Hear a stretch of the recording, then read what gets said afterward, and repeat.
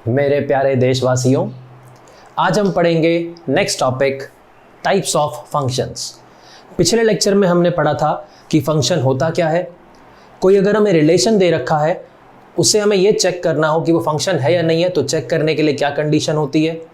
Graphically अगर हमें किसी रिलेशन को चेक करना हो कि वो फंक्शन है या नहीं है, तो कैसे चेक करते हैं। या सिंपली कोई ग्राफ दे रखा है, चेक करना है कि ये ग्राफ क्या फंक्शन रिप्रेजेंट करता है या नहीं करता है। उसके बाद किसी फंक्शन की डोमेन क्या होती है, किसी फंक्शन की रेंज क्या होती है और किसी फंक्शन की कोडोमेन क्या होती है, ये सब हमने सीखा था। कुछ इसके क्वेश्चंस भी किए थे। अब उसके बाद में नेक्स्ट टॉपिक स्टार्ट कर रहे हैं, very important, types of function. Important इसलिए क्योंकि अब आगे जितनी भी पढ़ाई होने वाली है उसमें इसके अंदर जितने भी हम टाइप्स सीखेंगे वो रेगुलरली, फ्रीक्वेंटली, लगातार यूज होते रहेंगे।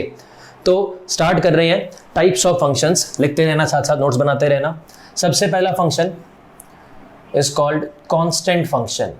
सबसे सिंपल और सबसे आसान function constant function. Constant function क्या होता है? जैसे for example f x is equal to k where k is any real number. जैसे हमने फॉर एग्जांपल के f x is equal to 5 लिख दिया, तो f x is equal to 5, 5 क्या है? कांस्टेंट वैल्यू है, तो वो क्या कहलाएगा? कांस्टेंट फंक्शन कहलाएगा। अब अगर हम इसकी डोमेन की बात करें, डोमेन का मतलब हमने क्या सीखा था कि वो वैल्यूज ऑफ एक्स जिससे कि इसकी वैल्यू रियल निकल के आए, इसको हम f x is equal to k लिखें या फिर सिंपली ऐसा Y is equal to k लिखें। बिकॉज पिछले लेक्चर में बताया था कि फंक्शन को y is equal to f x ऐसा भी रिप्रेजेंट करते हैं। ठीक है, तो Y is equal to k लिखें, ऐसा लिखें। तो जिस एक्स को क्या लें कि इसकी वैल्यू रियल आए, मतलब फंक्शन की वैल्यू बोलें या वाई की वैल्यू बोलें, भाई एक्स को कुछ भी लो। जैसे फॉर एग्जाम्पल हमने ऐसा बोल दिया y इज इक्वल टू 5 या simply f x is equal to 5, ये बोल दिया। तो अब x को तो आप 10 लो, 20 लो, कुछ भी लो, आंसर तो हमेशा 5 ही आएगा। ठीक है, तो x क्या है? इसकी अगर हम डोमेन की बात करें तो domain of f is all real numbers. अगर रेंज की बात करें, रेंज ऑफ f, अब x को आप कुछ भी लो, इसकी वैल्यू निकल के तो एक ही आ रही है, हमेशा 5 ही निकल के आ रही है। सो range of f is a single element. इस एग्जांपल में तो खैर 5 है, अदरवाइज ये जो हमने ऊपर लिखा है, इन जनरल बात करें तो जो भी k की वैल्यू है, जो भी k होगा, तो domain of a constant function is all real numbers.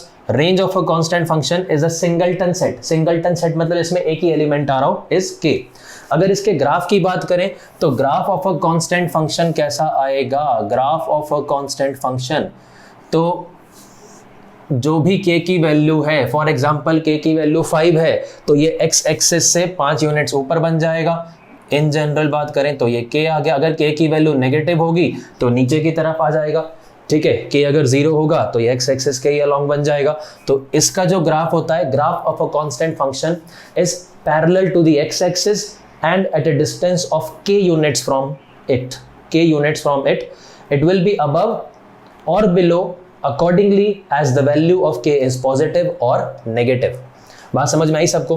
तो अब जितने भी हम टाइप्स ऑफ फंक्शंस पढ़ने वाले हैं उसमें पहली चीज तो फंक्शन का नाम। जैसे अब आगे हम पढ़ाई कर रहे हैं, बीच में कहीं पे भी मैं बोल दूंगा कांस्टेंट फंक्शन होता है, तो आपको पता होना चाहिए कांस्टेंट फंक्शन का मतलब क्या होता है, उसका ग्राफ याद होना चाहिए, उसकी डोमेन और रेंज याद होनी चाहिए। ठीक है, होता क्या है कांस्टेंट फंक्शन, जैसे इस केस में वो क्या होता है, डोमेन, रेंज और ग्राफ। ये चीजें आपको जितने भी हम टाइप्स पढ़ने वाले हैं उन सबकी याद होनी चाहिए। तो पहला था ये कांस्टेंट फंक्शन। नेक्स्ट टाइप पे आते हैं, next is called identity function. तो आइडेंटिटी फंक्शन क्या होता है? F x is equal to X, F x is equal to X या simply Y is equal to X. मतलब जो भी आपने x की वैल्यू ली, x को 5 लिया तो फंक्शन की वैल्यू 5, 10 लिया तो 10, -5 लिया तो -5 एंड सो ऑन। अब अगर इसकी डोमेन की बात करें तो डोमेन ऑफ f, भाई x को क्या लें कि इसकी वैल्यू रियल निकल के, x को कुछ भी लो, हमेशा ही रियल आएगा। और अगर इसकी रेंज की बात करें तो x को क्या लें कि इसकी वैल्यू रियल निकल के आए, इसकी रेंज मतलब वैल्यूज निकल के क्या आएंगी, जो भी x है, x को कुछ भी लिया, y की तो वही वैल्यू आ रही है ना, y ऐसा भी लिख सकते हैं, y is equal to f x, यानी कि y की तो वही वैल्यू निकल के आ रही है। ठीक है, तो ये भी क्या आएगा, ये भी ऑल रियल नंबर्स। अगर इसके ग्राफ की बात करें तो जो इसका ग्राफ होगा, इसका graph y is equal to x, 11th class में स्ट्रेट लाइन वाले चैप्टर में y is equal to x is a straight line inclined at an angle of 45 degree with the positive direction of x axis in the anti clockwise direction। तो ये क्या है, ये y is equal to x का graph है या f x is equal to x, identity function का ये ग्राफ होता है। समझ में आया सभी को? ठीक है। उसके बाद में सिमिलर टाइप का बना सकते हैं हम लीनियर फंक्शन। लीनियर फंक्शन का मतलब क्या है, बिल्कुल मिलता जुलता है भाई। लीनियर फंक्शन इसमें क्या था, simply f x is equal to x लिया था, अब हम कर देंगे f x is equal to a x plus b, यानी कि इसको कोई कांस्टेंट, जैसे x की जगह पे यहाँ पे 2x हो, 3x हो, 5x हो, कुछ भी हो, और कोई कांस्टेंट ऐड या सब्ट्रैक्ट हो रहा हो, तो ये तो देख के मालूम पड़ रहा है ये एक स्ट्रेट लाइन का दिख रहा है आपको, ये y इज इक्वल टू जैसे mx प्लस c होता है, सिमिलर टाइप का है ये। तो ax प्लस b, अगर इसकी डोमेन की बात करें तो डोमेन x को क्या ले सकते हैं भाई, x को कुछ भी लो, क्या फर्क पड़ता है। रेंज की बात करें कि y क्या निकल के आ सकता है, y भी कुछ भी निकल के आ सकता है, तो ये भी क्या है, ऑल रियल नंबर्स है। अगर इसके ग्राफ की बात करें तो ये एक स्ट्रेट लाइन होगी विद स्लोप a। अब अगर a पॉजिटिव है तो जो लाइन होगी वो क्या होगा, एक्यूट एंगल बनाएगी x एक्सिस के साथ में, और अगर a की वैल्यू नेगेटिव होगी यानी कि स्लोप नेगेटिव है तो लाइन इस टाइप से होगी, यानी x एक्सिस के साथ में ऑब्ट्यूस एंगल बनाएगी वो, ठीक है। और b क्या है, b इज y इंटरसेप्ट, ठीक है। बनाने के लिए चाहे ऐसा बनाए चाहे ऐसा बनाए, फॉर एग्जांपल हमने ऐसा बना दिया, तो ये क्या है, y is equal to a x plus b का ग्राफ, इसकी स्लोप a है, और ये जो होगा ये b होगा। वैसे अगर b पॉजिटिव है तो ऊपर की तरफ कट करेगा, b नेगेटिव है तो फिर लाइन नीचे की तरफ कट करेगी, मींस y इंटरसेप्ट। ये क्लियर सभी को। उसके बाद में नेक्स्ट टाइप ऑफ फंक्शन पे आते हैं। Next is modulus function. Modulus function क्या होता है, y is equal to f x is equal to mod x, ऐसा लिख सकते हैं, ठीक है। अब मॉड x क्या होता है, मॉड x को हम लिख सकते हैं this mod x is equal to x when x is greater than equal to 0 and it is minus x when x is less than 0। इस तरीके से डिफाइन करते हैं, या एक और तरीके से भी डिफाइन कर सकते हैं मॉड को, root of x square is equal to mod x. इसका मतलब भी यही होता है, ये सब पहले 11th क्लास में बता रखा है सभी को। तो mod x is equal to x when x is greater than or equal to 0, यानी फॉर एग्जाम्पल नंबर 5 है तो उसका मॉड 5 ही आएगा। -5 है तो -5 का अगर आप मॉड करोगे तो 5 आएगा, लेकिन वो 5 कैसे आता है, दैट इज, अब x हमारा क्या है, x तो -5 है ना, तो माइनस ऑफ -5 तब जाके वो 5 आता है। ये जो इक्वालिटी है, इक्वालिटी आप चाहे यहाँ लिखो चाहे यहाँ लिखो, बिकॉज दोनों से ही क्या आएगा, 0 का अगर आप मॉड लोगे तो 0 का मॉड तो 0 ही आएगा, तो इक्वालिटी यहाँ पे या यहाँ पे कहीं भी लिख सकते हैं।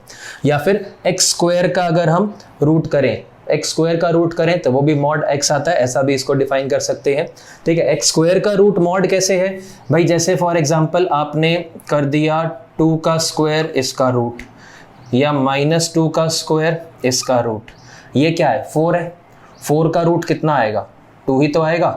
ये क्या है, ये भी 4 है, 4 का रूट क्या आएगा, ये भी तो 2 ही आएगा।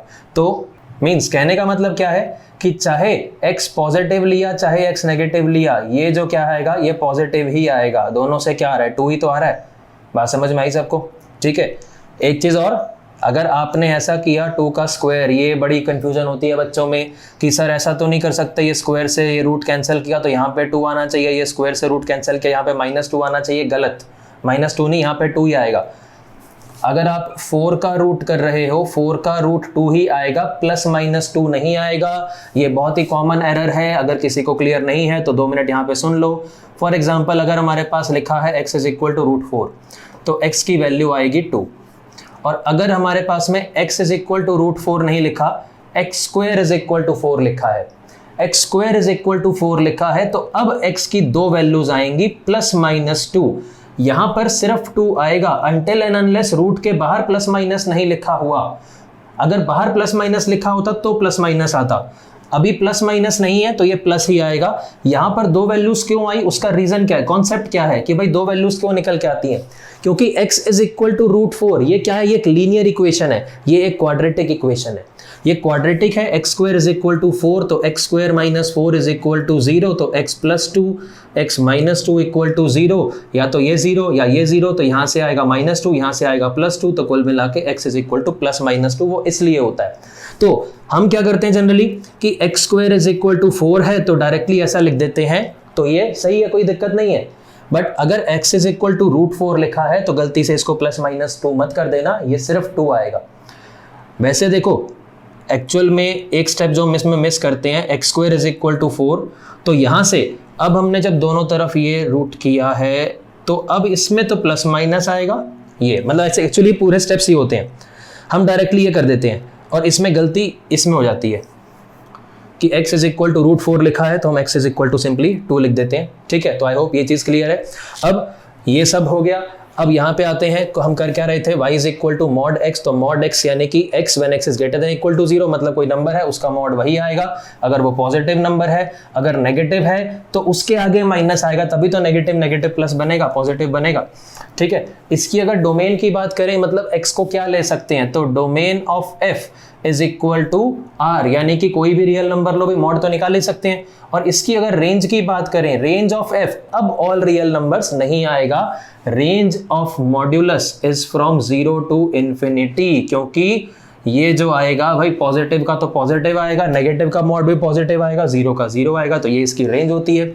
अगर इसके ग्राफ की बात करें तो ग्राफ तो आई थिंक इसका सबको याद होगा, वी शेप ग्राफ होता है, y is equal to mod x का, यहाँ पर ये y is equal to x वाला है, ये y is equal to minus x वाला है। ठीक है, ये पॉइंट क्लियर सभी को। उसके बाद में नेक्स्ट पे आते हैं, चलो next is greatest integer function, greatest integer function in short GIF, या इसको फ्लोर फंक्शन भी बोलते हैं, फ्लोर फंक्शन, या फिर इसका जो ग्राफ बनता है उसके शेप की वजह से इसको स्टेप फंक्शन भी बोलते हैं। ग्राफ कैसा होता है अभी सीखते हैं, ग्राफ के शेप की वजह से इसको स्टेप फंक्शन भी बोलते हैं। तो ग्रेटेस्ट इंटीजर फंक्शन होता क्या, इसको रिप्रेजेंट कैसे करते हैं, पहली चीज तो fx इज इक्वल टू, इसको ऐसा लिखते हैं, ये स्क्वायर ब्रैकेट्स में लिखा जाता है, जैसे मॉड x हम ऐसे रिप्रेजेंट करते हैं, रिप्रेजेंटेशन होती है, वैसे इसकी ये रिप्रेजेंटेशन होती है। कभी भी किसी क्वेश्चन में, अब इसमें क्या है कंफ्यूजन कई बार क्या होती है कि भाई ये ब्रैकेट की तरह माने, ब्रैकेट के अंदर x है या फिर ग्रेटेस्ट इंटीजर एक फंक्शन रिप्रेजेंट कर रहा है। कभी भी क्वेश्चन में अगर ये ग्रेटेस्ट इंटीजर मतलब मींस कुछ लिखा हुआ है, मान लो इसके अंदर 5.5 लिखा हुआ है, तो इसको ब्रैकेट की तरह ट्रीट करेंगे या ग्रेटेस्ट इंटीजर की तरह ट्रीट करेंगे, तो क्वेश्चन में लिखा हुआ होगा वेयर दिस, ऐसे अंदर डॉट लगा देंगे, मतलब इसके अंदर जो भी लिखा हुआ है where this represents greatest integer function. ठीक है, क्वेश्चन करेंगे आगे समझ में भी आएगा, या जब आप अटेम्प्ट भी करेंगे। तो fx is equal to this is called greatest integer function. मतलब क्या होता है इसका, दिस मीन्स या दिस रिप्रेजेंट्स या greatest integer of x represent, this is equal to largest या greatest integer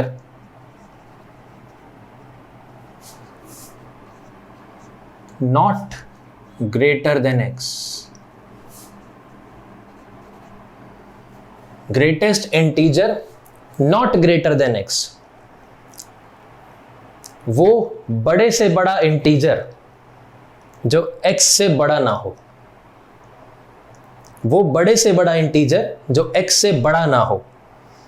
मतलब क्या है इस बात का, जैसे हमने लिख दिया 5.2 ऐसे, ग्रेटेस्ट इंटीजर ऑफ 5.2, मतलब अब देखो 5.2 ये इंटीजर तो नहीं है, अब इससे छोटे इंटीजर्स, जैसे अगर नंबर लाइन पे सोचें तो जैसे मान लो 5 यहाँ पे आ रहा है, 6 यहाँ पे आ रहा है, यहाँ पर 4 एंड सो ऑन, इससे छोटे नंबर सारे इधर आ गए। ठीक है, अब 5.2 आया यहाँ पे, अब 5.2 से छोटे इंटीजर्स कौन कौन से हैं, 5 है, 4 है, 3 है, 2 है एंड सो ऑन, बाकी सारे हैं। तो हमें क्या चाहिए, ग्रेटेस्ट इंटीजर, वो बड़े से बड़ा इंटीजर जो x से बड़ा ना हो, नॉट ग्रेटर देन x। इस केस में हमारा x क्या है 5.2, अब इससे बड़े इंटीजर तो क्या है, 6 है, 7 है, 8 है एंड सो ऑन, बड़े नहीं चाहिए, छोटे वाले। तो छोटे वाले क्या है, 5, 4, 3, 2, 1 एंड सो ऑन, 0, -1, -2 वो सारे हैं। उनमें सबसे बड़ा कौन सा है, ग्रेटेस्ट कौन सा है, 5।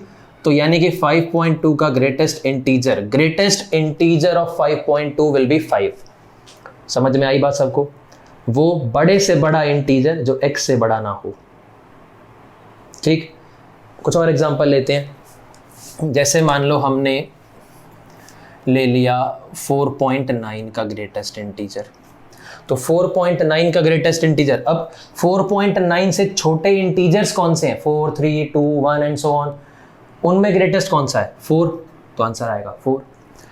कुछ और लेते हैं, 1.01 क्या आएगा? 1.01 से छोटे इंटीजर्स 1, 0, -1, -2, उनमें ग्रेटेस्ट कौन सा? 1। अच्छा 0.001 इसका क्या आएगा?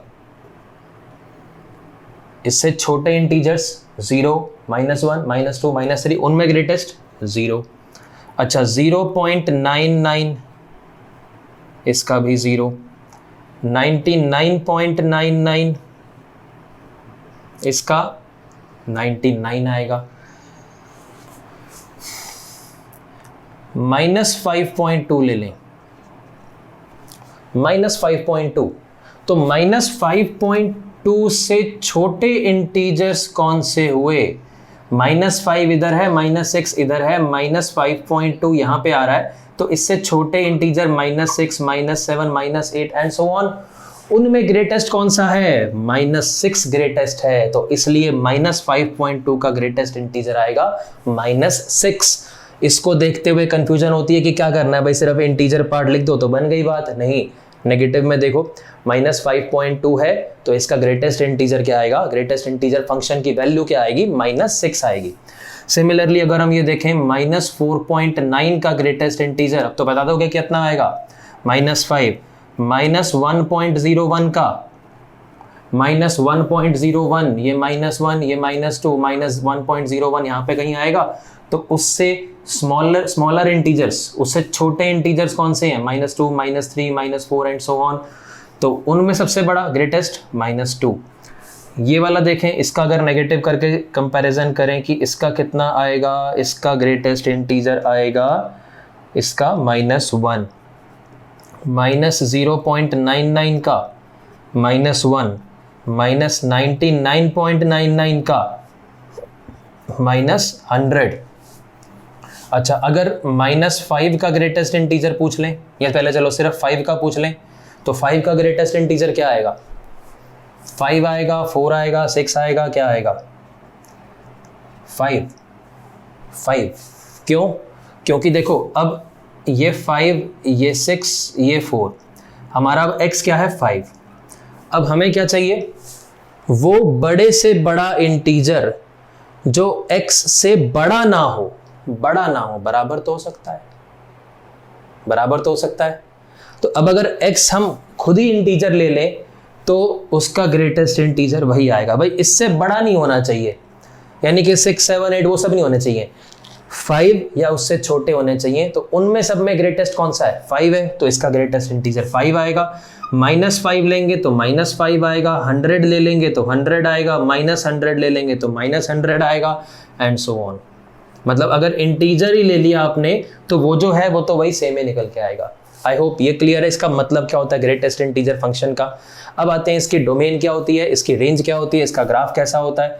ठीक है, ये एग्जांपल्स नोट कर लेना ताकि आपको याद रहे, गलती ना हो। बहुत कॉमनली यूज है ये, आगे भी बहुत इसको यूज करने वाले हैं हम, काफ़ी यूज होने वाला है ग्रेटेस्ट इंटीजर फंक्शन। तो अब इसकी डोमेन का मतलब क्या है? डोमेन का मतलब, अच्छा एक चीज और, इसको फ्लोर फंक्शन ये बताना रह गया। फ्लोर फंक्शन क्यों बोलते हैं? जैसे भी मैंने कुछ एग्जांपल लिए थे, जैसे 5.2 का लिखा था ग्रेटेस्ट इंटीजर 5 आया था, ठीक है, उसके बाद 4.9 का 4 आया था, मतलब उससे क्या है, एक कम वैल्यू आती है, कम वैल्यू, या मतलब ज्यादा से ज्यादा क्या हो सकता है, उसके बराबर आ सकती है, उससे बड़ी नहीं आ सकती। तो जैसे होता है ना कि एक स्टेप हम नीचे मतलब फ्लोर की बात करते हैं, तो वहीं से बेसिकली नाम आया। तो इसको ऐसा भी रिप्रेजेंट कर सकते हैं या फिर इसको ऐसा भी रिप्रेजेंट करते हैं, ऐसा या ऐसा। ये क्या है बेसिकली, एक तरह से फ्लोर मतलब एक स्टेप नीचे को ये रिप्रेजेंट करता है, तो ऐसे या ऐसे लिखा हो सकता है। ठीक है, ये फ्लोर फंक्शन होता है। अच्छा अब आते हैं इसकी डोमेन और रेंज क्या होती है, बट मोस्ट कॉमनली ये यूज करते हैं। ठीक है, ये वाला नाम भी बहुत कम यूज करते हैं, कभी पेपर में वैसे ये नाम यूज हुआ नहीं है आज तक, बट स्टिल हमें पता होना चाहिए। अच्छा डोमेन ऑफ एफ, यानी एक्स को क्या ले सकते हैं भाई, कुछ भी लो आप, इंटीजर लो, डेसिमल में लो, पॉजिटिव लो, नेगेटिव लो, कुछ भी लो, कोई भी रियल नंबर लो। रेंज की बात करें तो रेंज तो भाई ओनली इंटीजर्स आएगी, ओनली इंटीजर्स, क्योंकि इसका जो भी आउटपुट आएगा, आउटपुट तो सिर्फ इंटीजर आ रहा था ना, greatest integer not greater than x, decimal में तो आंसर नहीं आ रहा था, तो इसलिए जो इसकी रेंज होगी, रेंज तो सिर्फ सेट ऑफ इंटीजर्स आएगी। ठीक है, फिर आते हैं कि इसका ग्राफ कैसा होता है। ग्राफ इंपॉर्टेंट है, इसका ग्राफ कैसा होता है। ग्राफ देखो कैसे बनाएं इसका, इस तरीके से प्लॉट करो पहले तो, and so on, -1, -2, -3 and so on, ये -4 इधर की तरफ भी ऐसे ही। सिमिलरली यहाँ पे 1, 2, 3, 4 and so on, -1, -2, -3, -4 and so on. अब देखो 0 का ग्रेटेस्ट इंटीजर क्या आएगा, 0 से 1 के बीच में कोई भी नंबर ले ले, मान लो आपने 0.2 लिया, 0.3 लिया, 0.5 लिया, 0.99 लिया, कुछ भी लोगे, सबका ग्रेटेस्ट इंटीजर तो 0 ही आएगा। लेकिन 1 ले लोगे तो 1 का आएगा 1। तो यानी 0 से अगर स्टार्ट करें तो 0 से 1 के बीच में हम कुछ भी लें, सबका ग्रेटेस्ट इंटीजर 0 आएगा, लेकिन 1 पे आते ही वो 1 हो जाएगा। समझ में आई बात। फिर 1.1, 1.2, 1.3 कुछ भी लेंगे, यानी 1 से 2 के बीच में कुछ भी लोगे, सबका ग्रेटेस्ट इंटीजर 1 ही आएगा। लेकिन 2 पे आते ही बात बदल जाएगी 2 पे आके वो 2 बन जाएगा। ठीक है, फिर 2.1, 2.2, 2.3 कुछ भी लिया, यानी कि 2 से 3 के बीच में कुछ भी लोगे तो आंसर क्या आएगा 2। 3 पे आते ही आ जाएगा 3, 3 से 4 के बीच में फिर से 3 ही आएगा, 4 पे आते ही 4 पे पहुंच जाएंगे एंड सो ऑन। ये सब ऐसे ही आगे फिर नेक्स्ट वाले में ऐसे आ जाएगा, ये ऐसा, फिर उसके बाद में नेक्स्ट जो नंबर होगा उसमें ऐसा एंड सो ऑन। ये इस तरीके से ये स्टेप्स की फॉर्म में चलता चला जाएगा, इसीलिए इसको शेप की वजह से स्टेप फंक्शन भी कहते हैं। लेकिन अभी ग्राफ पूरा बना नहीं है, इधर का पेंडिंग है अभी।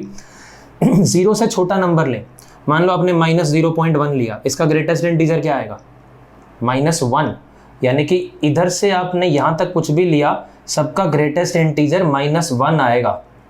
0 का तो 0 है, लेकिन यहाँ से लेके यहाँ तक -1, अच्छा -1 का भी -1 ही आएगा, वो तो खुद ही इंटीजर है। लेकिन -1 से आगे बढ़े तो -1 से -2 के बीच में सबका आएगा -2। फिर -2 से आगे बढ़ गए, -2 से -3 तक सबका आएगा -3। -3 से -4 के बीच में सबका आएगा -4 एंड सो ऑन। फिर आगे एक और नीचे, एक और नीचे। इस वजह से ये जो ग्राफ की आप शेप देख रहे हैं, ये स्टेप्स की फॉर्म में दिख रहा है, तो इसी वजह से इसको हम स्टेप फंक्शन भी बोलते हैं, स्टेप फंक्शन भी बोलते हैं। क्लियर सभी को? ठीक है। उसके बाद में आते हैं इसकी प्रॉपर्टीज के ऊपर, इसकी कुछ प्रॉपर्टीज के ऊपर आते हैं अब। तो नेक्स्ट लिखो, properties of greatest integer function. पहली प्रॉपर्टी, ग्रेटेस्ट इंटीजर की जो वैल्यू होती है that always lies between x -1 to x, ये इंक्लूडेड नहीं है, ये इंक्लूडेड है। मतलब क्या है इस बात का, जैसे हमने मान लो 5 ले लिया, तो 5 का ग्रेटेस्ट इंटीजर तो 5 ही आया, लेकिन हमने ले लिया 4.9999 ऐसा ले लिया, तो इसका ग्रेटेस्ट इंटीजर क्या आएगा 4 आएगा। मतलब इससे अगर हम एक माइनस कर देंगे तो वो 3.999, लेकिन वो इंक्लूड नहीं है, उससे तो बड़ा आएगा, यानी इस -1 से तो बड़ा आएगा, बट इसके बीच में आएगा। मतलब ये एक्चुअली इसकी रेंज ऑफ वैल्यूज होती हैं कि इसकी वैल्यू कम से कम इतनी, ज़्यादा से ज़्यादा इतनी हो सकती है। ठीक है। दूसरा, x + k का greatest integer is equal to greatest integer of x + k where k belongs to integers. मतलब ये है कि अगर आपने x में कोई इंटीजर ऐड कर दिया, आपने कोई इंटीजर ऐड किया, समझने के लिए मान लो 2.3 है, 2.3 में हमने 5 ऐड कर दिया, तो कितना बन गया ये 7.3 बना। 7.3 का ग्रेटेस्ट इंटीजर कितना हुआ 7। लेकिन अगर हम इस इंटीजर को बाहर लिख दें और सिर्फ ऐसा कर दें तो ये आएगा 2 + 5, ये भी कितना आएगा 7। तो मतलब ये क्या है, इक्वल आएगा। कहने का मतलब ये प्रॉपर्टी क्या है कि ग्रेटेस्ट इंटीजर के अंदर अगर कोई इंटीजर आ रहा है तो उसको आप ग्रेटेस्ट इंटीजर के बाहर लिख सकते हो, ये प्रॉपर्टी है। समझ में आई बात सबको? ठीक है, ये इसका एग्जांपल लिख लेते हैं, ये क्लियर। उसके बाद में नेक्स्ट प्रॉपर्टी, -x का ग्रेटेस्ट इंटीजर, -x का ग्रेटेस्ट इंटीजर ये क्या होगा, this is equal to minus of greatest integer of x if x is an integer, and this is equal to this -1 if x is not an integer, if x is not an integer। मतलब क्या है देखो, जैसे हमने x को 5 ले लिया for example, integer ले लिया, ठीक है, तो ये हुआ -5 का ग्रेटेस्ट इंटीजर -5। तो यानी अगर x इंटीजर है तो ये 5 और ये -5 वही आएगा, इक्वल आएंगे। अगर x इंटीजर नहीं है, अगर x इंटीजर नहीं है, मान लो फॉर एग्जांपल हमने ले लिया 5.3 ले लिया, तो -5.3 का ग्रेटेस्ट इंटीजर कितना आएगा भाई? -5.3 का ग्रेटेस्ट इंटीजर तो बनेगा -6। और अगर यहाँ पे देखें 5.3 का ग्रेटेस्ट इंटीजर और उसका 5.3 का तो 5, उसका माइनस करेंगे तो -5, -5 -1 यानी अब जाके बनेगा ये -6 बनेगा। समझ में आई बात सबको? तो अगर x कोई भी नंबर लिया उसके नेगेटिव का ग्रेटेस्ट इंटीजर निकालें, तो अगर तो वो इंटीजर है, x इंटीजर है तो ऐसा होगा, इंटीजर नहीं है तो ऐसा बनेगा। ठीक है, उसके बाद में नेक्स्ट प्रॉपर्टी इसकी,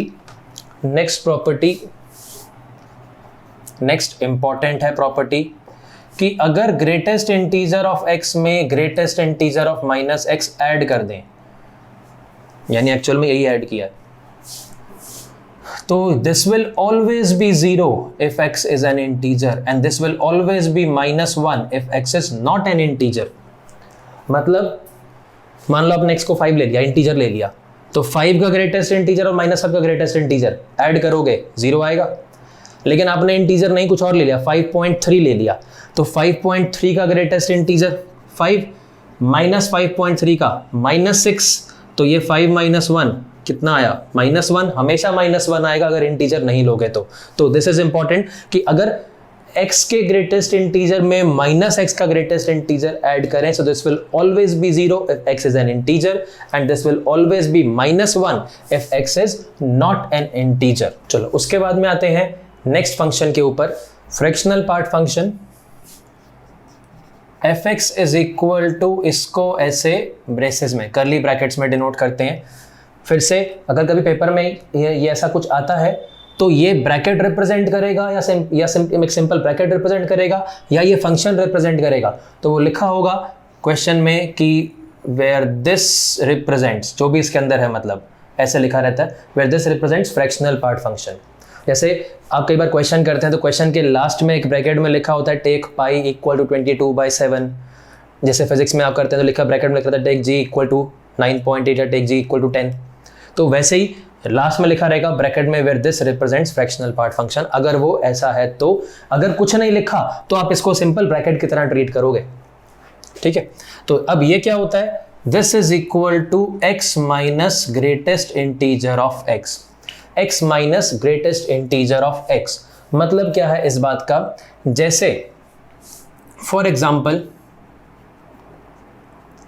हमने ले लिया 5.2 का फ्रैक्शनल पार्ट, तो 5.2 x हमारा कितना है? 5.2 और इसका ग्रेटेस्ट इंटीजर कितना है? 5। तो यानी कि 5.2 माइनस 5 कितना हुआ? 0.2, यानी बेसिकली कितना है? डेसिमल पार्ट जो है वो आ रहा है।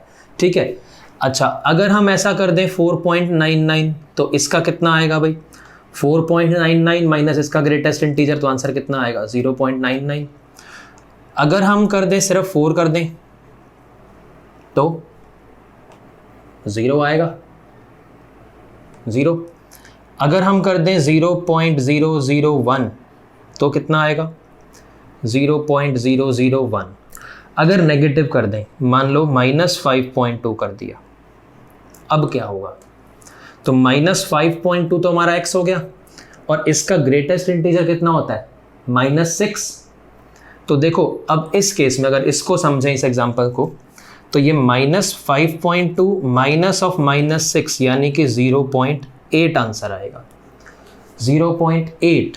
तो मतलब ये है कि अब ये जो फ्रैक्शनल पार्ट जो भी आएगा, फ्रैक्शनल पार्ट कभी भी नेगेटिव नहीं आएगा। Fractional part is always positive, या ऑलवेज नॉन नेगेटिव बोलना चाहिए, पॉजिटिव नहीं, क्योंकि 0 भी हो सकता है।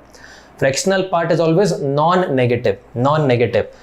ये जो है -5.2, अब वैसे सोचें तो इसको हम ऐसे -5 और -0.2 सोच के कर सकते हैं। तो इसको आप ऐसा भी कर सकते हो कि अगर हम इसमें -1 कर दें और +1 कर दें तो कोई फ़र्क तो नहीं पड़ेगा। ऐसा भी ये सोचने का एक और तरीका है, कोई फ़र्क तो नहीं पड़ेगा। ये हो गया -6 और ये बन गया +0.8। तो मतलब ये है कि ये पूरा वो इंटीजर बन गया। अब ये जो डेसिमल पार्ट है ये पॉजिटिव में आ गया, तो आंसर अब ये आएगा। मतलब ये है कि डेसिमल पार्ट अगर आप पॉजिटिव में, अभी ये नेगेटिव में एक्सप्रेस्ड है, आप अगर पॉजिटिव में एक्सप्रेस कर सकते हो तो वही उसका फ्रैक्शनल पार्ट होगा। डेसिमल पार्ट मतलब हमेशा पॉजिटिव में होना चाहिए। तो fractional part is always non negative, zero होगा सिर्फ इंटीजर के केस में, अदरवाइज तो पॉजिटिव ही आएगा। ठीक है, कुछ और एग्जांपल लेते हैं इसमें नेगेटिव वाले नंबर्स का। जैसे फॉर एग्जांपल हम, चलो ऐसा ही ले लेते हैं, -4.99।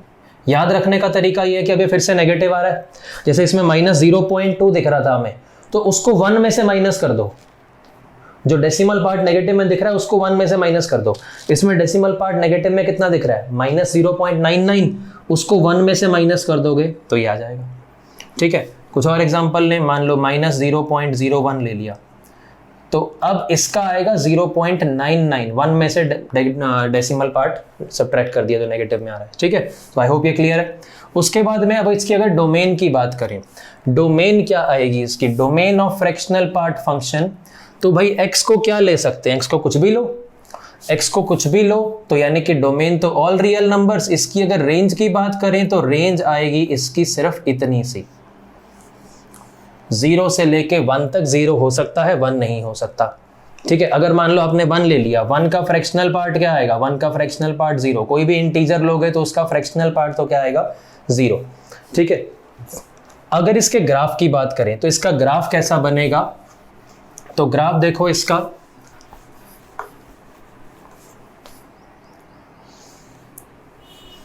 जैसे हमने ग्रेटेस्ट इंटीजर का बनाया था वैसे ही पहले इसमें कुछ प्लॉट कर देते हैं, ये 5, 6 एंड सो ऑन। फिर इधर similarly -1, -2, -3, -4 and so on. Similarly इधर 1, 2, 3, 4 and so on. Similarly -1, -2, -3, -4 and so on. अब देखो 0 का फ्रैक्शनल पार्ट 0, 0.1 का 0.1, 0.2 का 0.2, 0.9 का 0.9, 0.99 का 0.99, यानी कि जो भी आप नंबर लोगे उसका फ्रैक्शनल पार्ट तो वही आएगा। यानी कि जो x की वैल्यू लोगे वही फंक्शन की वैल्यू आएगी। जैसे y is equal to x होता है 45 डिग्री पे, बिल्कुल वैसा बनेगा, लेकिन वो सिर्फ यहां तक बनेगा। 1 पे आते ही फ्रैक्शनल पार्ट हो जाएगा 0। 1 पे आते ही फ्रैक्शनल पार्ट 0। अब 1.1 का 0.1, 1.2 का 0.2, 1.5 का 0.5, 1.99 का 0.99, यानी कि बिल्कुल इसके पैरेलल ये सेम बनेगा। लेकिन 2 आते ही वापस क्या हो जाएगा, ये 0 बन जाएगा। इसको डॉटेड ऐसा भी बना सकते हैं, यहाँ पे आते ही वापस ही हो गया। फिर सिमिलरली ये बिल्कुल इसके पैरेलल जाएगा, 45 के एंगल पे बना रहे हैं, ये बना है सारा का सारा। ठीक है, फिर उसके बाद में फिर से ऐसा 3 पे आते ही वापस 0, उसके बाद में फिर से ऐसा 4 पे आते ही वापस 0, फिर उसके बाद में फिर ऐसा, फिर ये 0, फिर ऐसा, फिर ये 0, फिर ऐसा, फिर ये 0 एंड सो ऑन। अच्छा, नेगेटिव में आए, -0.1 लोगे, -0.1 का फ्रैक्शनल पार्ट कितना आएगा, 0.9 आएगा। -0.5 लोगे तो 0.5, -0.9 लोगे तो 0.1, -1 लोगे तो 0, यानी अभी भी वो ऐसा ही जा रहा है। इस पे आते ही वापस 0 हो गया। फिर बिल्कुल सिमिलर इधर भी, ये बिल्कुल इसके पैरेलल है, ये थोड़ा सा एक्यूरेटली इसको बना देते हैं, ये ऐसा, फिर ऐसा, फिर ऐसा एंड सो ऑन। ये समझ में आया सबको? ठीक है, चलो उसके बाद आते हैं इसकी प्रॉपर्टीज के ऊपर। Properties of fractional part function. Properties of fractional part function. पहली प्रॉपर्टी, फ्रैक्शनल पार्ट की वैल्यू तो हमेशा 0 से लेके 1 के बीच में ही होती है भैया। दूसरी प्रॉपर्टी -x का फ्रैक्शनल पार्ट करें, so this is 1 minus fractional part of x। For example मान लो x की वैल्यू है 2.1, तो 2.1 का नेगेटिव कितना हो गया, -2.1। -2.1 का फ्रैक्शनल पार्ट कितना आएगा, 0.9। अच्छा, अब 2.1 का फ्रैक्शनल पार्ट कितना हुआ, 0.1, 0.1 और 1 माइनस 0.1 कितना आ गया 0.9। बात समझ में आई? तो अगर माइनस एक्स का फ्रैक्शनल पार्ट कर रहे हैं तो उसको हम 1 minus fractional part of x लिख सकते हैं। इंपॉर्टेंट है, कैलकुलेशंस के अंदर काम आएगा, बीच बीच में कैलकुलेशंस में काम आएगा ये, ठीक है। उसके बाद में नेक्स्ट प्रॉपर्टी ये भी इंपॉर्टेंट है। Next property, fractional part of X में fractional part of minus X add कर दें। ये बिल्कुल जैसे ग्रेटेस्ट इंटीजर वाली प्रॉपर्टी पढ़ी थी उससे मिलती जुलती है, तो इसमें ये ऐड कर दें तो ये आएगा this is always equal to 0 if x is an integer and this is always equal to 1 if x is not an integer. For example आपने इंटीजर ले लिया, x को 5 ले लिया, 5 लिया तो 5 का फ्रैक्शनल पार्ट 0, माइनस 5 का फ्रैक्शनल पार्ट 0, तो इंटीजर लिया तो आंसर आया 0। आपने इंटीजर ना लेकर के कुछ और ले लिया, जैसे हमने यहाँ पे एग्जाम्पल लिया था, ये एक्चुअली वही है, ये वही चीज़ है। अगर हमने फॉर एग्जाम्पल 2.1 ले लिया तो 2.1 का फ्रैक्शनल पार्ट कितना हुआ 0.1 और माइनस 2.1 का 0.9, तो 0.1 और 0.9 कितना हो गया 1 हो गया। ऐसा भी सोच सकते हैं कि minus fractional part of x की वैल्यू यहां से पुट कर दो तो ये और ये कैंसिल हो जाएगा, 1 बचेगा, ऐसा भी याद रख सकते हैं। समझ में आया सभी को? ठीक है। उसके बाद में आते हैं नेक्स्ट टाइप ऑफ फंक्शन पे। कितने हो गए? 6 हो गए। 7th type of function signum function. चलो, सिग्नम फंक्शन क्या होता है, कैसे रिप्रेजेंट करते हैं इसको? This is fx is equal to इस तरीके से SGN। बेसिकली ये साइन मतलब ये साइन फाइंड करने में या रिप्रेजेंट करने में हेल्प करता है। मतलब क्या होता है इसका, this is equal to mod x upon x if x is not equal to 0 and 0 if x is equal to 0। यहाँ पे उल्टा भी लिख सकते हैं, x को ऊपर लिख सकते हैं, mod x को नीचे लिख सकते हैं, ऐसा भी कर सकते हैं, आंसर सेम आएगा। और इसको अगर हम फर्दर सिंप्लीफाई करें, so this comes out to be 1 always when x is greater than 0, 0 when x is equal to 0 and -1 when x is less than 0। हमेशा यही आता है। कहने का मतलब ये है, जैसे हमने x को कुछ भी लिया, मान लो हमने x को 5.2 ले लिया, तो सिग्नम ऑफ 5.2 की वैल्यू x पॉजिटिव लिया हमने 5.2 तो हमेशा 1 आएगा। ये क्यों आएगा, कैसे, इसको कैसे डिफाइन करते हैं? This is equal to mod x upon x when x is not equal to 0, और 0 डिनोमिनेटर में नहीं हो सकता, इसलिए 0 पे अलग से डिफाइन करते हैं 0। अब 5.2 का mod तो कितना होगा 5.2 और अपॉन 5.2 1 ही आया, यानी पॉजिटिव नंबर लिया तो आंसर कितना आएगा, हमेशा 1 ही आएगा। उल्टा भी लिख सकते हैं, यहाँ पे हम ऐसा भी लिख सकते हैं, आप x अपॉन mod x लिखो, फर्क नहीं पड़ेगा, आंसर वही आएगा। आपने x का कुछ नेगेटिव नंबर ले लिया, मान लो -5.2 लिया, तो -5.2 का mod तो 5.2 ही आएगा, अपॉन -5.2 तो कितना आया -1।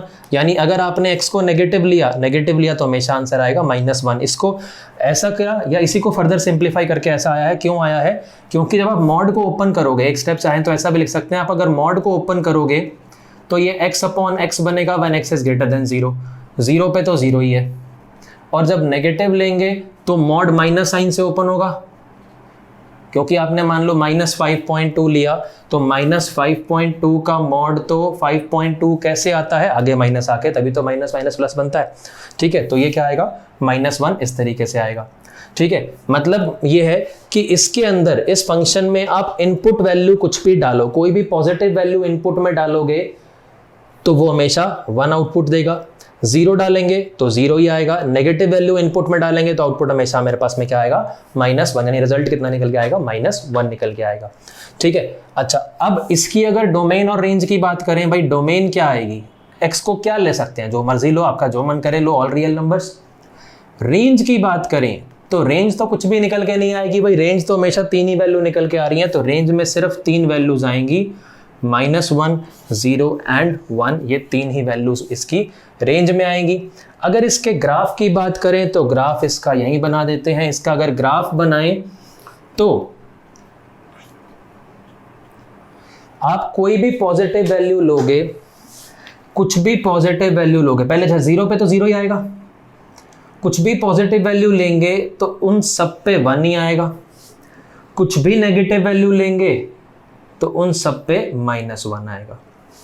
ठीक है, कुछ भी नेगेटिव वैल्यू लेंगे तो उन सब पे -1 आएगा। ये इसका ग्राफ होता है सिग्नम फंक्शन का, 0 पे 0, यहाँ पे ये हॉलो है, क्योंकि पॉजिटिव आप कुछ भी लोगे सब पे 1 आएगा, नेगेटिव कुछ भी लेंगे सब पे -1 आएगा। यहां तक क्लियर सभी को? ठीक है, अभी तक जितने हमने फंक्शन पढ़े हैं, अब इसके ऊपर कुछ क्वेश्चन करते हैं। पहले इनके क्वेश्चन करते हैं, उसके बाद फिर नेक्स्ट आगे वाले फंक्शंस पढ़ेंगे। तो अब नेक्स्ट क्वेश्चन लिखो। चलो पहला क्वेश्चन है, y is equal to 2 into greatest integer of x plus 5 and this is equal to 3 into greatest integer of x minus 4, find the values of x and y। ये करना है, पहले अपना दिमाग लगाओ। 2 मिनट का टाइम है आपके पास में, दिमाग लगाओ पहले, फिर बोर्ड पे डिस्कस करेंगे। 2 मिनट का टाइम आपका शुरू होता है अब।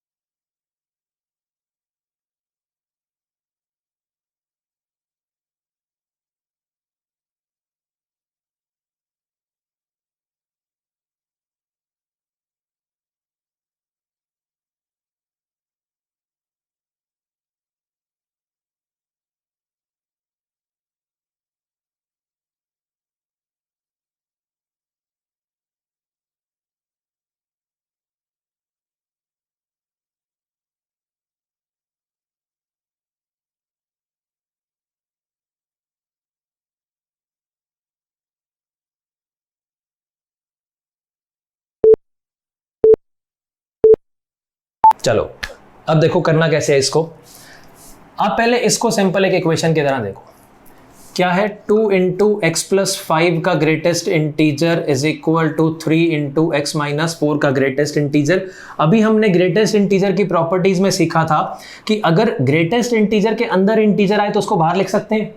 तो इसको ऐसा लिख सकते हैं, 2 into greatest integer of F plus greatest integer of x sorry, और प्लस 2 इंटू 5 करेंगे तो ये 10 बन जाएगा। सेम चीज यहाँ पे ये -12 बन जाएगा। इसको इधर ले जाएं, इसको इधर ले आएं तो ग्रेटेस्ट इंटीजर ऑफ x आ गया 22, लेकिन हमें ग्रेटेस्ट इंटीजर ऑफ x नहीं, हमें x बताना है। तो अगर ग्रेटेस्ट इंटीजर ऑफ x 22 है तो x आएगा 22 से 23 तक, कुछ भी ले लो, सबका ग्रेटेस्ट इंटीजर 22 आएगा। तो x एक सिंगल वैल्यू नहीं आएगी, रेंज ऑफ वैल्यूज आएंगी। ये तो हुआ x की बात। x क्या हो सकता है? अब y की बात करें तो y तो भाई बिल्कुल सिंपल है। y तो ये क्या था, अभी इसको यहीं पे लिख दो। y तो ये है, y तो ये है, ठीक है। अब ग्रेटेस्ट इंटीजर ऑफ x, इसके बाद में यहां से हमने ये चीज हमने इंप्लाई कर दी थी। अब ग्रेटेस्ट इंटीजर ऑफ x अगर 22 आ गया तो चाहे यहां पे पुट करो चाहे यहां पे पुट करो, दोनों ही y के इक्वल है। तो ग्रेटेस्ट इंटीजर ऑफ x अगर 22 है तो कितना हो गया, 44 प्लस 10 54, चाहे यहां पुट करो 66 माइनस 12 54, यानी कि y की फिक्स वैल्यू आएगी 54, x की जो आएगी एक रेंज ऑफ वैल्यूज आएगी 22 से 23 तक। समझ में आया सभी को? Next question. चलो नेक्स्ट क्वेश्चन है, if greatest integer of x plus greatest integer of minus x is equal to x square minus 3x minus 1, then find the value of x। 2 minute का टाइम है, try करो, दिमाग लगाओ पहले, फिर करेंगे डिस्कस। आपके 2 मिनट शुरू होते हैं अब।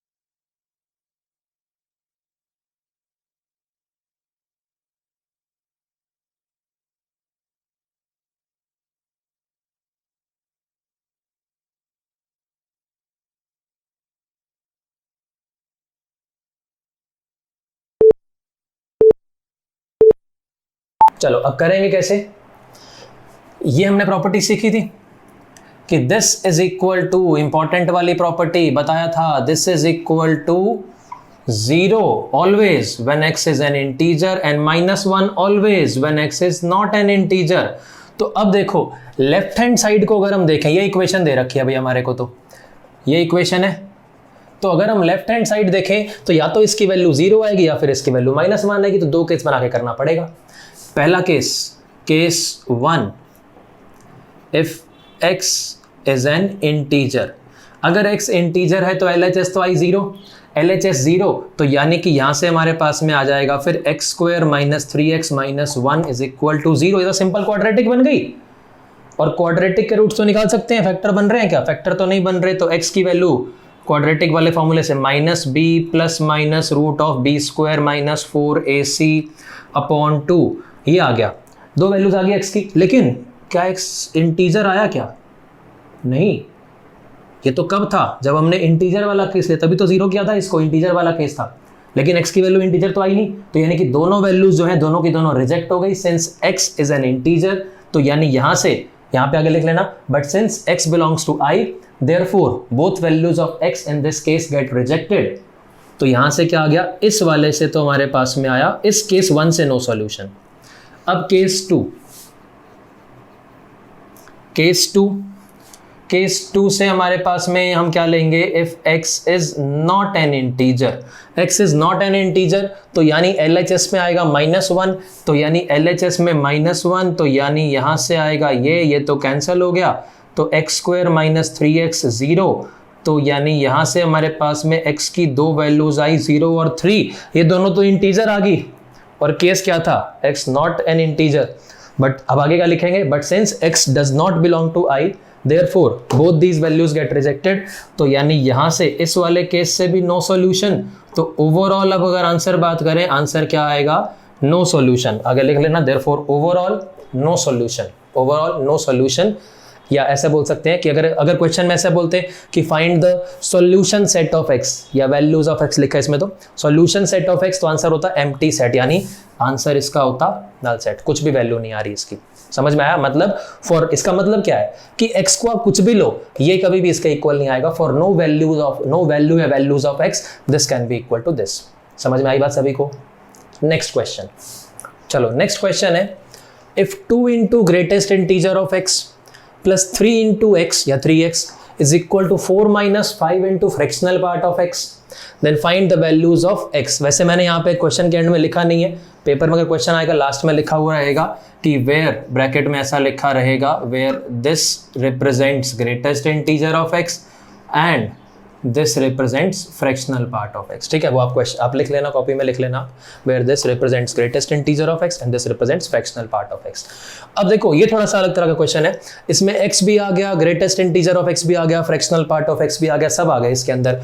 तो पहले इसको आप समझ लो, ठीक है, पहले इसको समझते हैं कैसे करेंगे, फिर नेक्स्ट क्वेश्चन आप अपने आप ट्राई करना सिमिलर टाइप का, फिर मैं आपको एक और दूंगा। अब देखो ऐसे क्वेश्चन में क्या करना है, जैसे आपको ध्यान होगा हमने फ्रैक्शनल पार्ट की डेफिनेशन जब पढ़ी थी तो हमने कुछ ऐसा लिखा था कि this is equal to this minus this.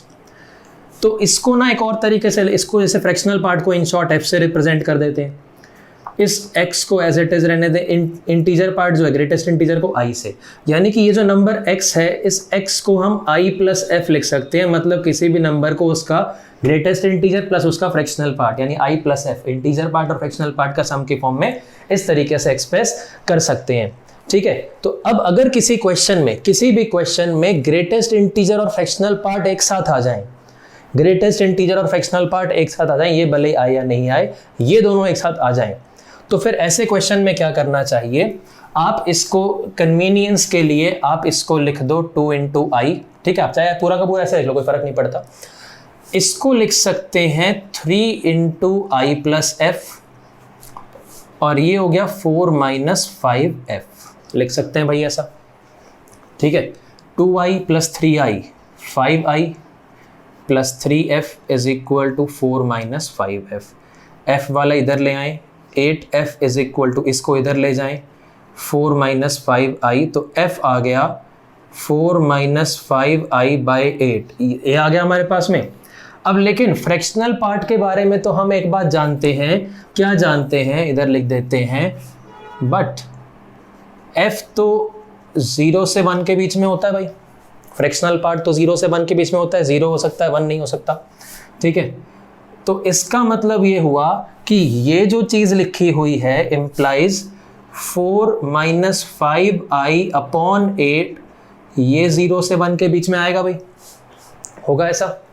इसको सिंप्लीफाई करें, क्रॉस मल्टीप्लाई कर दो, यानी कि 0 less than equal to 4 - 5i less than 8 आएगा, ठीक है। इसको इधर ले आए, implies -4 less than equal to this less than 4। अच्छा, उसके बाद में -5 से डिवाइड कर दें तो इनइक्वालिटी का साइन चेंज हो जाएगा, 4/5 greater than equal to this greater than -4/5। थोड़ा सा इसको प्रॉपर तरीके से छोटी वाली क्वांटिटी पहले लिख दें, ये लेस देन इक्वल टू 4/5, ये आया। अब ऐसा कोई इंटीजर है क्या जो -4/5 से 4/5 के बीच में हो, है क्या? एक ही है, 0। ज़्यादा होते तो मल्टीपल आंसर्स आते। तो यानी यहां से हमारे पास में इंटीजर आई क्या था, इंटीजर पार्ट, ठीक है, ग्रेटेस्ट इंटीजर। तो यानी आई की वैल्यू आई 0, लेकिन हमें आई की वैल्यू नहीं निकालनी, आई की वैल्यू 0 आई की वैल्यू यहां पुट कर दें तो एफ की वैल्यू कितनी आई, इसके बाद में यहां लिख लेना, इसको चाहे आप नाम दे दो equation 1। Substituting value of I in equation 1 we get f is equal to 1/2। तो i आ गया 0, f आ गया 1/2, और जो अभी बताया था कि x तो क्या होता है भाई, x तो i प्लस f होता है। उसके बाद नेक्स्ट स्टेप में यहीं लिख देता हूँ, यहीं पे लिख लो, but x is equal to i plus f implies x is equal to 1/2। ये आपका फाइनल आंसर आ गया। बात समझ में आई सबको? ठीक है, ये क्या है, ये है ऐसी इक्वेशन जिसके अंदर ग्रेटेस्ट इंटीजर और फ्रैक्शनल पार्ट दोनों आ रहे हो, ठीक है। ये हो या नहीं हो, जब भी ऐसी कोई इक्वेशन आए तो ये उसको सॉल्व करने का मेथड होता है, कैलकुलेशन में काम आएगा, याद होना चाहिए, इंपॉर्टेंट, मतलब याद नहीं, तरीका याद होना चाहिए। क्वेश्चन जो है इंपॉर्टेंट है, मेथड इंपॉर्टेंट है, ठीक। अब एक सिमिलर टाइप का क्वेश्चन आपको एक और देता हूं, वो अपने आप ट्राई करना है, ठीक है। लिखो क्वेश्चन। चलो नेक्स्ट क्वेश्चन है, if 2x plus 3 into greatest integer of x minus 4 into fractional part of minus x is equal to 4, then find the value या values of x। 2 मिनट का समय है आपके पास में, सब लोग ट्राई करो और आंसर कमेंट बॉक्स में, लाइव वाले चैट वाले में लिख के बताना। आपका समय शुरू होता है अब।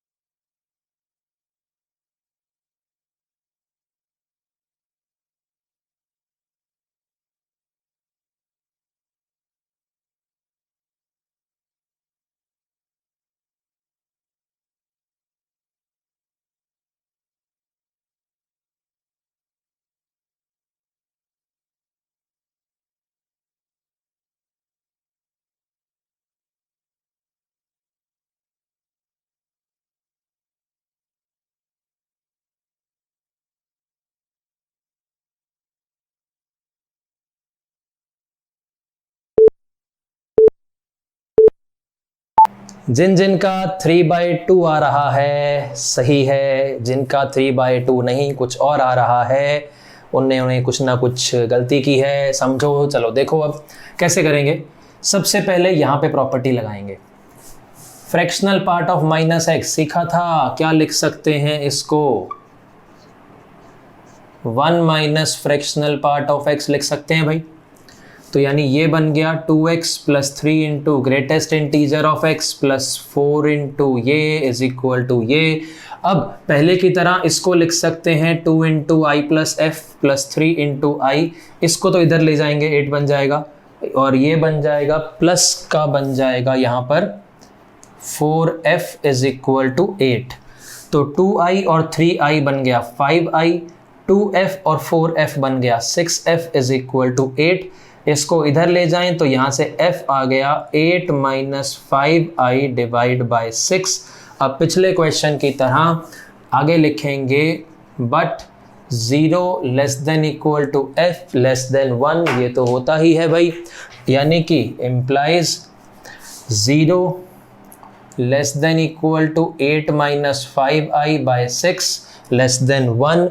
यहाँ से हमारे पास में आ गया इम्प्लाइज 0, क्रॉस मल्टीप्लाई कर रहे हैं 6 से, ये आ गया, 8 इधर ले आए तो minus 8 less than equal to this, less than कितना आया -2, -5 से डिवाइड कर देंगे तो इनइक्वालिटी का साइन भी बदल जाएगा, सीधा लिख रहा हूँ मैं उसको, ये 2/5 इधर आ जाएगा, वो इधर की तरफ बन जाएगा, और i और इधर आ जाएगा 8/5।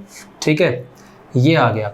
अब क्या इससे इसके बीच में कोई इंटीजर आ रहे हैं क्या, एक ही आ रहा है, कौन सा 1, तो यानी कि i की वैल्यू आ गई 1, i की वैल्यू 1, तो i की वैल्यू 1, तो f की वैल्यू कितनी आई 8 माइनस 5/6 1/2, तो इम्प्लाइज f इज, यहाँ पे लिख लेना substituting value of i in equation 1, substituting value of I in equation 1 we get f is equal to 1/2, but x तो क्या होता है I प्लस एफ, तो x की वैल्यू आ गई 1 प्लस 1/2, यानी कि x आ गया 3/2। 3/2 ये सही आंसर है। जिन्होंने भी सही किया बहुत बढ़िया, जिन्होंने नहीं किया समझ लो इसको अच्छे से। नेक्स्ट क्वेश्चन पे आते हैं, थोड़ा सा एक स्टेप और आगे बढ़ते हैं। नेक्स्ट क्वेश्चन लिखो। चलो नेक्स्ट क्वेश्चन है सॉल्व फॉर एक्स, यानी फिर से एक्स की वैल्यू निकालनी है। अब मॉड भी आ गया, mod of 2x minus 1 is equal to 3 into greatest integer of x plus 2 into fractional part of x। Question के यहाँ पे ब्रैकेट में लिख लेना वेयर, वो जो पहले बताया था, this represents greatest integer, this represents fractional part. ठीक है, अभी हम वही कर रहे हैं, तो मतलब अभी जो हम यूज कर रहे हैं वो इसका मतलब वही है। खैर अब दिमाग लगाओ, कितना टाइम, चलो 2 मिनट है, फिर से ट्राई करो, उसके बाद करेंगे डिस्कस।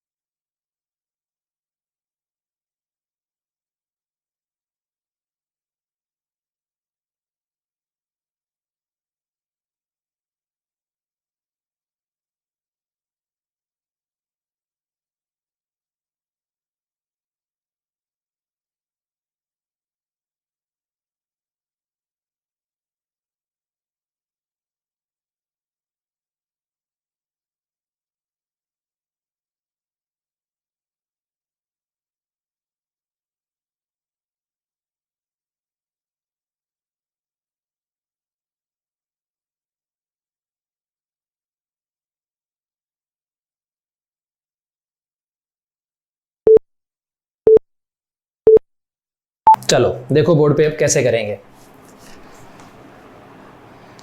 मॉड आ रहा है, जब भी मॉड आ जाए दो केस बनाने पड़ेंगे। दो केस कैसे? जहां पर भी ये मॉड के अंदर वाली क्वांटिटी जीरो बने, कहां पे जीरो बनेगी? ये 1/2 पे। तो x अगर 1/2 से बड़ा लेंगे, दो केस बनाने पड़ेंगे। कौन सा? Case 1।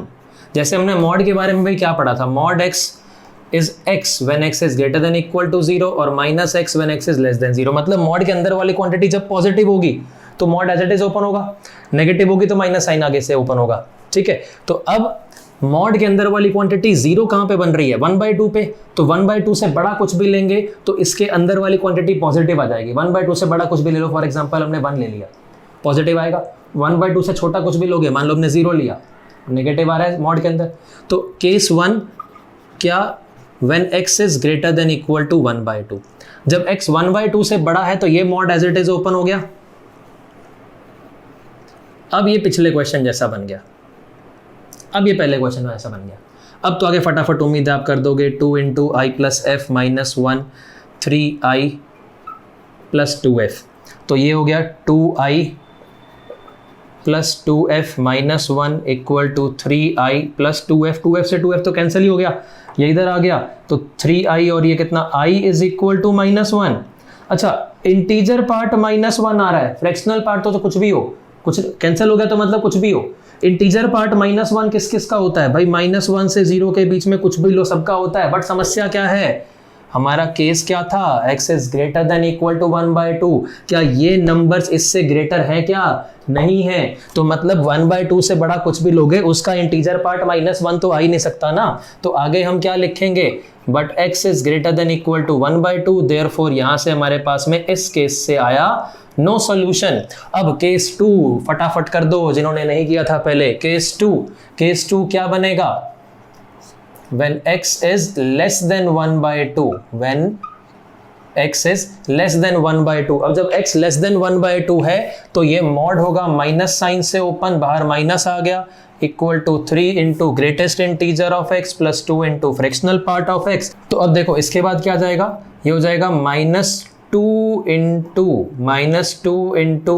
i + f + 1 = 3i + 2f। तो ये हो गया -2i - 2f + 1 = 3i + 2f।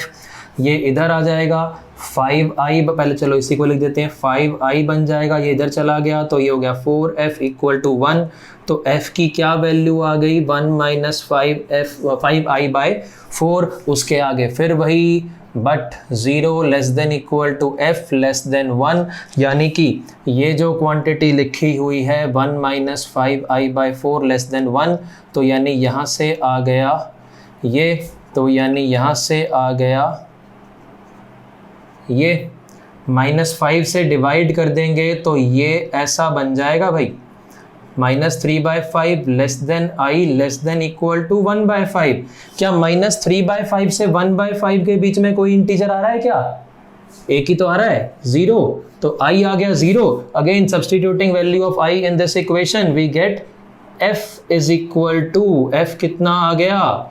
यहाँ पे पुट किया तो f कितना आ गया? 1/4। But x = i + f, therefore x की फाइनल वैल्यू क्या आ गई? 1/4। इसी के साथ ये क्वेश्चन हुआ समाप्त।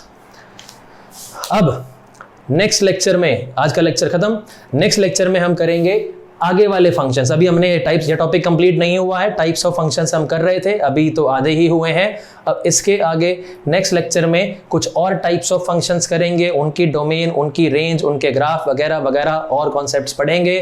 तब तक के लिए जितना अभी तक पढ़ा है बहुत अच्छे से पढ़ लेना, नहीं तो आगे वाले लेक्चर्स में परेशानी आएगी। बताया था पिछले लेक्चर में भी, अब जो भी हम पढ़ रहे हैं सब आगे वाले लेक्चर्स में यूज होने वाला है, बहुत ही इंपॉर्टेंट है, तो बढ़िया से पढ़ लेना। ठीक है, चलो अब मिलते हैं नेक्स्ट लेक्चर में, तब तक के लिए बाय बाय।